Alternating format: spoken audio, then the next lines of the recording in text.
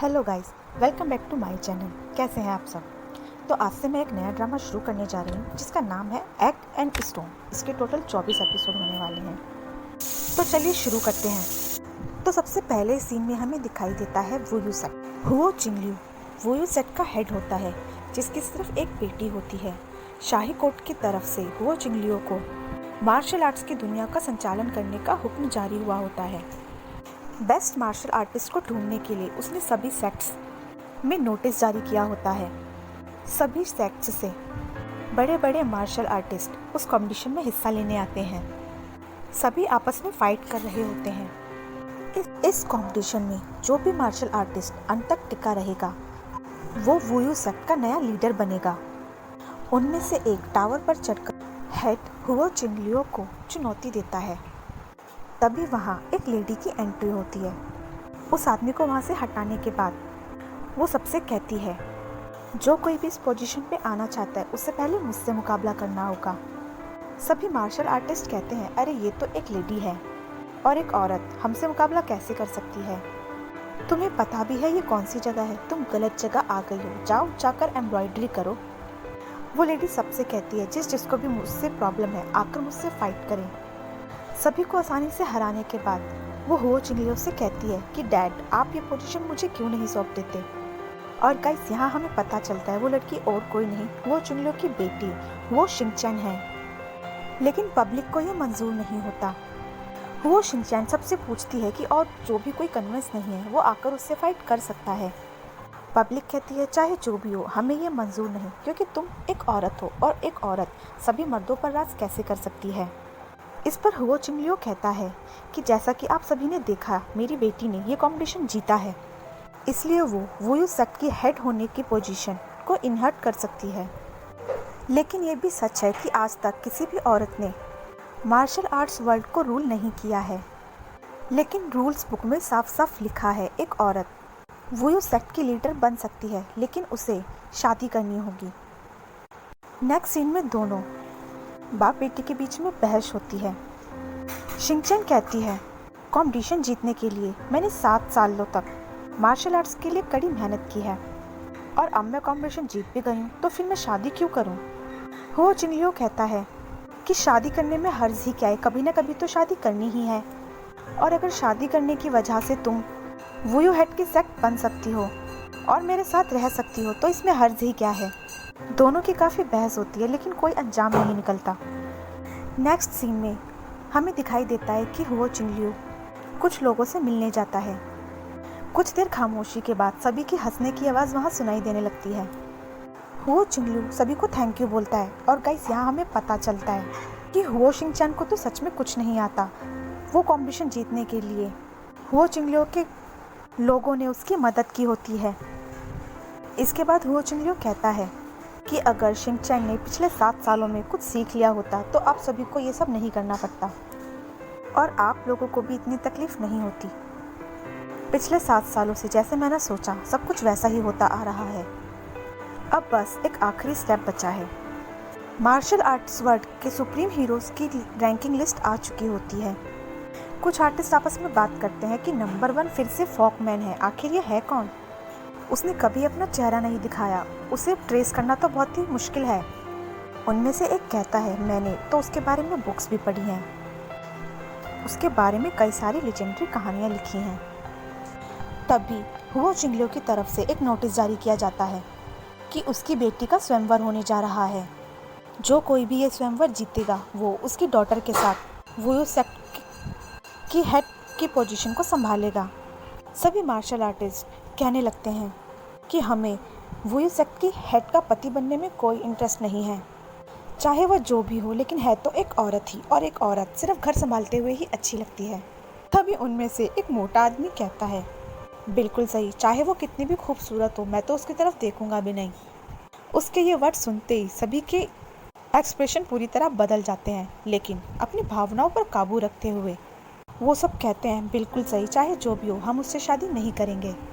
तभी व्हीलचेयर पर बैठकर एक आदमी वहाँ आता है और उन सभी से कहता है, आखिर इसमें बुराई ही क्या है?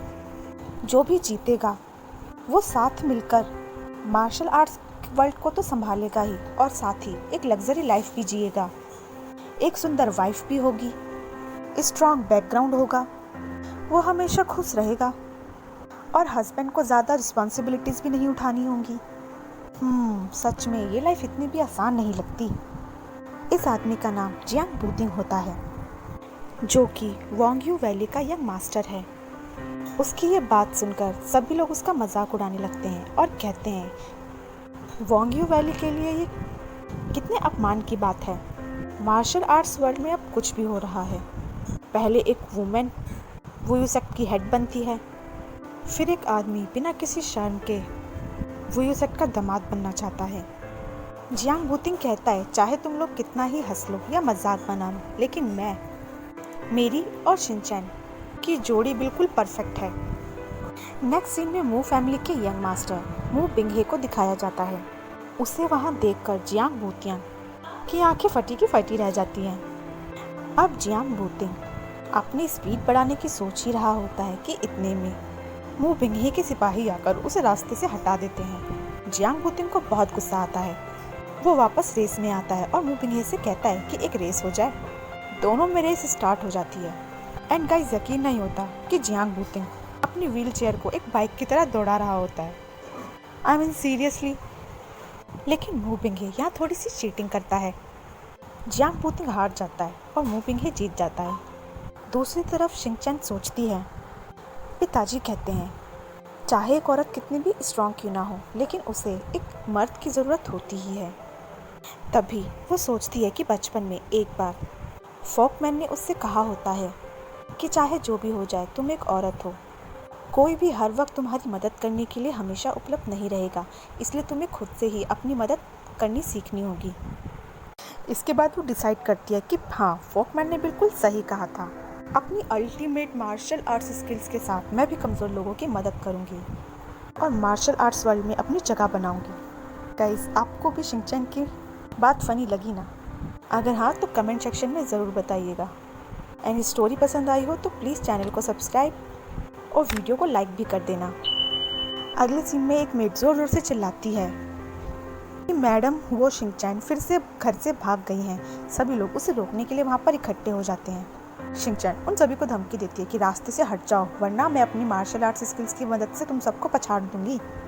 अब सभी एक्टिंग में खिलाड़ी होते हैं और सभी एक्टिंग करने पड़ते हैं। अरे नहीं नहीं मैडम, हम पर अपनी स्किल्स का इस्तेमाल मत करना, वरना हम तो बिस्तर से उठ भी नहीं पाएंगे। वो अपना हाथ झटकती है तो 2 सिपाही नीचे आके गिर जाते हैं। सभी लोग इतनी ओवर एक्टिंग कर रहे होते हैं, एक लेडी तो बिना टच किए ही गिर जाती है। शिनचैन कहती है कि तुम्हें तो मैंने छुआ भी नहीं, तो फिर तुम क्यों गिर गई? सीरियसली गाइस, मतलब शिनचैन इतनी डम होती है कि उसे उनकी एक्टिंग भी समझ नहीं आ रही होती है। वो लेडी कहती है कि आपने तो पहले से बहुत ज़्यादा ताकत हासिल कर ली है। उस लेडी की बात को सच साबित करने के लिए सभी लोग खुद ब खुद गिरने लगते हैं। हाँ, तुमने बिल्कुल सही कहा। इसके बाद वो सभी लोग स्लो मोशन में धीरे धीरे उसके पैर पकड़ लेते हैं और कहते हैं कि प्लीज़ आप कहीं मत जाएं। एंड सीरियसली गाइस, ये सीन बहुत फनी था। तभी हुओ चिंगलियो वहाँ आकर उसे रोक देता है। शिनचैन पूछती है कि डैड, आपने मुझे क्या दिया? इस पर हुओ चिंगलियो कहता है कि मैंने तुम्हें कुफू लॉकिंग पिल दी है, अब तुम थोड़ी देर के लिए कुफू नहीं कर पाओगी। शिनचैन कहती है ऐसा तो हो ही नहीं सकता, ये सब झूठा है, ऐसी कोई पिल होती भी है? चिंगलियो कहता है ट्राई करके देख लो। अब वो एक एक करके सब पर अपनी पावर्स का इस्तेमाल करती है, लेकिन कुछ होता ही नहीं। फाइनली वो हार मान जाती है। सभी लोग उसे वापस अंदर धकेल देते हैं, लेकिन वो शिनचैन है, इतनी आसानी से हार मानने नहीं वाली थी। वो सब तो दिखावा था। अपना सामान बांधकर फिर से निकल पड़ती है और वॉल को देखकर कहती है इन्हें क्या लगता है ये दीवार मुझे भागने से रोक लेगी? इसके बाद वो फॉकमैन की दी हुई बुक निकालती है और देखते हुए कहती है कि आर्टिकल नंबर 43 के अनुसार ऐसी सिचुएशन पे लैडर बनाने की कोशिश करो, लेकिन लैडर तो उसके सामने ही होता है। एक तरफ जहाँ शिनचैन भागने की कोशिश में लगी हुई होती है, वहीं दूसरी तरफ जियांग बूतिंग का हेल्पर कहता है मू बिंगहे ने हमें धोखे से हराया, पर गलती हमारी भी थी, हमें पैसों के पीछे नहीं भागना चाहिए था। शिनचैन फिर से भागते हुए पकड़ी जाती है और जल्दबाजी के चक्कर में वॉल से नीचे गिरने लगती है, लेकिन लकीली जियांग बूतिंग उसे कैच कर लेता है। सिपाहियों के थ्रू जियांग बूतिंग को पता चलता है कि ये और कोई नहीं हुओ शिनचैन है। हुओ शिनचैन के कहने पर जियांग बूतिंग उसे लेकर वहाँ से भाग जाता है। पूरा नक्शा घूमने के बाद वो उसे एक जगह ड्रॉप कर देता है। शिंगचैन जियांग बुतिंग को थैंक यू बोलती है और कहती है उसका यह एहसान कभी नहीं भूलेगी। इसके बाद वो कहती है ये जगह कुछ देखी देखी सी लगती है। इसके बाद जियांग बुतिंग चिल्लाता है कि सिपाहियों, तुम्हारे जूनियर को मैं वापस ले आऊँ, आओ और इसे ले जाओ। सिपाही शिंगचैन को उठाकर वहाँ से ले जाते हैं। शिंगचैन चिल्लाती है धोखेबाज। जियांग बुतिंग सोचता है आज बिना पैसों के उसने किसी की मदद की है। तभी हुआ जियांग आके जियांग बुतिंग को कुछ मनी देता है और उसे थैंक यू बोलता है। थोड़ी देर बाद जियांग बुतिंग सोचता है कि वो जिस मकसद से यहाँ आया था, क्या वही मकसद अभी अभी उसकी नज़रों से दूर जा रहा है। उसे कुछ करना होगा। वो बीमार होने का नाटक करने लगता है। वो जियांगवा उससे पूछता है कि उसे क्या हुआ है। जियांग बुतिंग कहता है कि आपकी जूनियर ने भागने की कोशिश के लिए मेरी चेस्ट में कुछ पंचेस मारे थे। मैं भी थोड़ा एक्साइटेड था, इसलिए अपनी हेल्प नहीं कर पाया। हो जियांगवा कहता है यंग हीरो, क्योंकि तुमने हमारे जूनियर को वापस भेजकर हमारी हेल्प की है, इसलिए मैं किसी को भेजता हूँ जो तुम्हें क्लिनिक ले जाने में तुम्हारी हेल्प कर सके। जियांग बुतिंग कहता है अरे नहीं नहीं, मैंने तो अनाउंसमेंट फाड़ी थी, इसलिए मुझे वोयू सेक्ट का दामाद बनने के लिए वहाँ पहुँचना है। हो जियांगवा कहता है क्योंकि तुमने जूनियर की हेल्प की है, इसलिए हम भी तुम्हारी हेल्प करेंगे। वो अनाउंसमेंट उसके हाथ में दे देता है।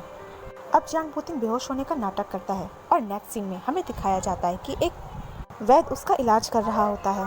वो जियांग बुतिंग की पल्सेस चेक करते हुए कहता है तुम्हारी पल्स बहुत अजीब हैं, कभी तो ये बहुत स्ट्रॉन्ग लगती हैं और कभी बहुत कमज़ोर। क्या तुम कमज़ोर पैदा हुई थे? मैं तुम्हारे लिए कुछ मेडिसिन लिख देता हूँ।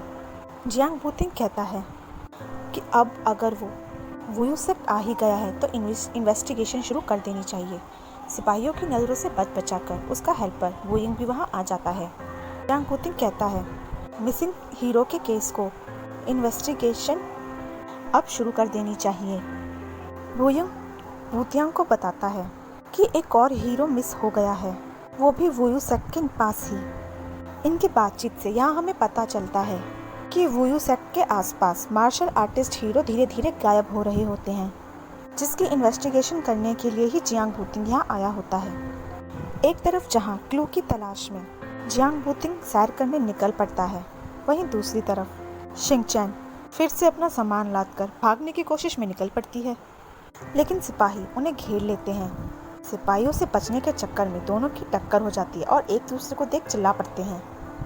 चोर सिपाही का ये खेल देखने में शिंगचैन को बहुत ही मज़ा आ रहा होता है। जियांग बुतिंग शिंगचैन के बगल में आकर गिर जाता है और शिंगचैन के एक्सप्रेशन देखकर कहता है कि हाँ, कितना सुंदर चांद है ना। जब सिपाही उन्हें ढूंढते हुए वहाँ पहुँचते हैं तो उनकी कल्पनाएं भी शुरू हो जाते हैं। अच्छा, तो ये लोग चांद को एंजॉय कर रहे हैं। जियांग बुतिंग कहता है अरे ऐसा कुछ नहीं है, माना कि चांद बहुत सुंदर लग रहा है और मौसम भी बहुत हसीन है, लेकिन जैसा तुम लोग सोच रहे हो वैसा कुछ भी नहीं है। शिंगचैन तो बहुत ही कंफ्यूज होती है कि क्या कहे। जियांग बुतिंग कहता है क्योंकि शिंगचैन उसकी होने वाली वाइफ है, इसलिए इस बारे में किसी को ना बताएं। सिपाही वहाँ से चले जाते हैं। शिंगचैन को उसके ही कमरे में बंद कर दिया जाता है। शिंगचैन फिर से भागने की कोशिश कर ही रही होती है कि एक मेड आकर उसे खबर देती है कि मू बिंगहे वहाँ आ चुका है। ये सुनकर शिंगचैन को बहुत खुशी होती है और वो याद करती है कि बचपन में कैसे वो दोनों साथ खेला करते थे और एक बार मू बिंगहे ने उससे कहा था कि तुम्हें प्रोटेक्ट करने के लिए हमेशा मैं तुम्हारे साथ रहूँगा। अगर बुरे लोग तुम्हें परेशान करें तो तुम वहाँ से भाग जाना। अब शिंगचैन अपना दिमाग लगाती है और मू बिंगहे को चिट्ठी लिखती है कि मैं वोयू सेक्ट में फंसी हुई हूँ, आकर मुझे बचा लो। मू बिंगहे को तो यकीन ही नहीं हो रहा होता है कि शिंगचैन ने उसे चिट्ठी लिखी थी। शिंगचैन ने चिट्ठी में लिखा होता है कि वो किसी और से शादी नहीं करना चाहती और सारी ज़िंदगी उसके साथ बिताना चाहती है, इसलिए तुम्हें कॉम्पिटिशन जीतना ही होगा। ये पढ़कर मू बिंगहे को बहुत खुशी होती है कि जो वो सोचता है वही शिंगचैन भी सोचती है। वोयिंग बुतिंग से कहता है भाई, ये तो बहुत गलत बात है। एक तरफ तो आप उससे शादी करना चाहते हैं और दूसरी तरफ आप उसके कबूतर को पकाकर खा रहे हैं। वो त्यांग कहता है कि क्या फ़र्क पड़ता है, वैसे भी वो तो मू बिंगहे को पसंद करती है। वो चाहती थी कि मू बिंगहे उसकी वहाँ से भागने में मदद करे। अच्छा हुआ ना हमने लेटर बदल दिया। तो बेसिकली गाइस यहाँ हमें पता चलता है कि शिंगचैन ने चिट्ठी में ऐसा कुछ नहीं लिखा था, ये सारी हरकत की हुई जियांग बुतिंग की थी। और इसी के साथ गाइस हमारा ये एपिसोड ख़त्म हो जाता है। कमेंट करके ज़रूर बताइएगा गाइस कि आपको ये एपिसोड कैसा लगा और आप आगे की कहानी सुनना चाहते हैं या नहीं। अगर हाँ तो प्लीज़ चैनल को सब्सक्राइब और वीडियो को लाइक कर देना ताकि मुझे ऐसे ही मोटिवेशन मिलता रहे। Thank you so much guys.